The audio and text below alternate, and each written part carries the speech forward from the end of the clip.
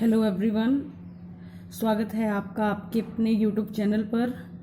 और जैसे कि आप सब लोगों को पता है कि हम लोगों ने अकाउंट्स की एक नई सीरीज शुरू की हुई है, तो उसी में आपके लिए मैं एक नई वीडियो ले आई हूँ। मैं हूँ आपकी एजुकेटर करिश्मा गुप्ता और आई होप कि आपको मेरा पढ़ाया हुआ समझ में आ रहा है। और अगर कोई आपको परेशानी है, कोई चीज़ आपको समझ में नहीं आ रही है, तो आप मुझे बता सकते हैं। कमेंट सेक्शन में आप मुझे इन्फॉर्म कर सकते हैं, ठीक है। तो चलिए, आपकी ये इस चैप्टर पर सेकंड लास्ट वीडियो है। इसके बाद इस चैप्टर की एक लास्ट वीडियो और आएगी, फिर हम आगे उस चीज़ को कंटिन्यू करेंगे। तो चलिए हम पढ़ते हैं, शुरू करते हैं आज का टॉपिक। आज की कुछ बेसिक टर्म्स हम पढ़ते हैं। सबसे पहले है बैलेंस शीट। देखिए, बैलेंस शीट क्या होती है? जो स्टेटमेंट आपको आपकी असेट्स के बारे में बताती है और आपकी लायबिलिटीज़ के बारे में बताती है, वो आपकी क्या होती है? बैलेंस शीट होती है, ठीक है। बैलेंस शीट वो स्टेटमेंट होती है, वो काउंट होता है जिसमें आपकी जितनी भी अकाउंट सेट्स होती है, लायबिलिटीज़ होती है, रिजर्व्स होते हैं, कैशेस होते हैं, कैश होता है आपका, ठीक है। तो इन सब के बारे में जो इन्फॉर्मेशन, जो अकाउंट आपको इन्फॉर्मेशन देगा, वो क्या होगा? आपका बैलेंस शीट, ठीक है क्लास? ओके। सेकेंड पॉइंट क्या था? Books of accounts. Books of account क्या है कि जिस अकाउंट में आप अपनी ट्रांजेक्शन्स को रिकॉर्ड करते हो, जिस अकाउंट में आप अपनी ट्रांजेक्शन्स को रिकॉर्ड करते हो, वो आपका क्या कहलाता है? वो कौन सा अकाउंट कहलाता है? आपका बुक्स ऑफ अकाउंट। क्या लिखा है? Books in which transactions are recorded. के ऐसी बुक जहाँ पर ट्रांजेक्शन्स को रिकॉर्ड किया जाता है, वो क्या उनको बोलते हैं? This is called a books of account.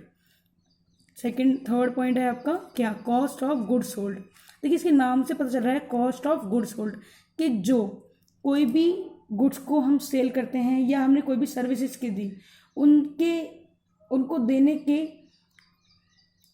Behalf पे या देने के बदले आपको जो भी अमाउंट मिलता है, ठीक है, जो भी कॉस्ट मिलती है, उसको आप क्या बोलते हो?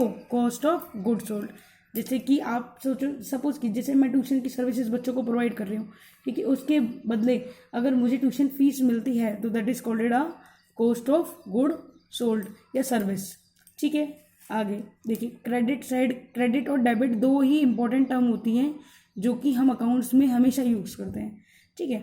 तो इनका बहुत ही बेसिक सा मीनिंग होता है कि जो क्रेडिट होता है वो राइट साइड होती है किसी भी अकाउंट की, ठीक है, और डेबिट क्या होता है? वो लेफ्ट साइड होती है किसी भी अकाउंट की। क्रेडिट क्या होता है? Right side of an account is the credit side. के क्रेडिट कोई भी अकाउंट की राइट साइड होती है, उसको हम क्या बोलते हैं? क्रेडिट साइड बोलते हैं।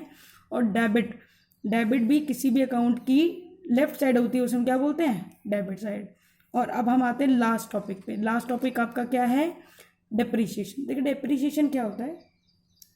सपोज कीजिए जैसे कि आपने अपने घर में आप एक बेड लेके आए, ठीक है, आप बेड लेके आए अपने घर में। अब उस बेड को आप यूज़ कर रहे हो, आपने 4 साल यूज़ किया, 5 साल, 6 साल, 10 साल, 10 साल, 15 साल, लास्ट 15 साल आपने उसे यूज़ किया। लेकिन जिस दिन से आप उसे लेके आए, उस दिन से जैसे जैसे आप उसका यूज़ कर रहे हो, ठीक है, उसका यूज़ करने से उसकी वैल्यू जो घट रही है, ठीक है, उसकी बुक वैल्यू में जो घट रही है, उसकी बुक वैल्यू में जो कमी आ रही है, उसे आप क्या बोलते हो?